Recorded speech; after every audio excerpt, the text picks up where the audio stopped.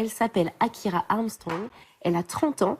Elle rêve d'être danseuse depuis qu'elle est enfant, depuis qu'elle a 8 ans. Elle a commencé par la danse africaine, les claquettes, la danse classique. Et elle a toujours dit à toute sa famille, plus tard, je serai danseuse. Tout le monde lui riait au nez parce qu'elle n'a pas vraiment le physique d'une danseuse.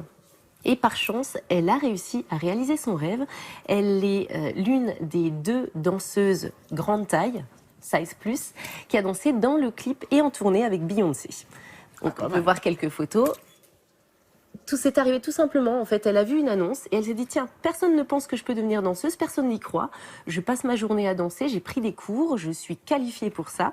Je vais aller à ce casting. Tout le monde sur le casting, elle a été absolument incroyable et tout le monde a été touché par son peps, par son énergie, par son envie et par sa technicité. Et elle a fait toute la tournée avec Beyoncé. Forcément, après ça, elle s'est dit, je vais réussir à travailler, ça y est. Tout le monde sait que je suis danseuse, ça a été vu dans le monde entier. Et on va faire fi des stéréotypes, on va m'accepter telle quelle. À Los Angeles, elle a commencé à frapper à toutes les portes, à chercher un agent. Tout le monde l'a regardée de haut en bas en me disant non, c'est pas possible. Et avant même de l'avoir dansé, avant même de regarder même le clip, ils lui ont fermé la porte au nez. Donc là, ça a quand même été un peu compliqué pour elle et elle n'a pas baissé les bras. Elle s'est dit qu'elle allait créer un mouvement qui s'appelle The Pretty Big Movement et je vous propose de regarder quelques images.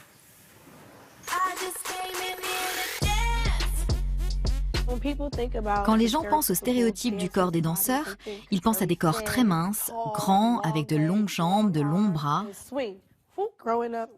J'ai grandi dans le milieu de la danse.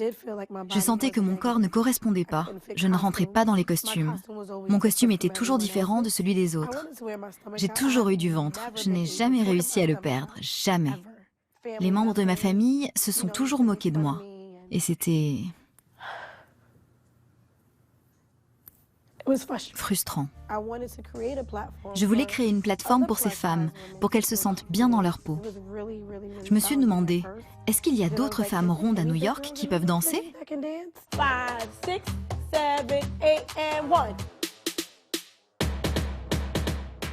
Quand les gens nous voient sur scène, je veux qu'ils soient inspirés. Je veux qu'ils se disent « ces grosses filles ne vont pas y arriver » et en repartant, qu'ils soient époustouflés.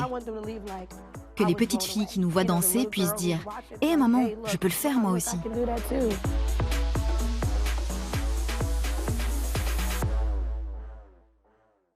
Aurélie, vous qui connaissez le show business américain, Ouais. vous comprenez sa démarche? C'est du super marketing en plus. Non seulement ça fait sens, mais ça met aussi en valeur celui ou celle qui l'engage pour danser auprès d'elle. Parce que... Malgré la vie générale, Beyoncé passe pour quelqu'un de formidable. Exactement. Et c'est inspirant pour plein de femmes. L'obésité, ça touche quand même 40% des femmes aux États-Unis.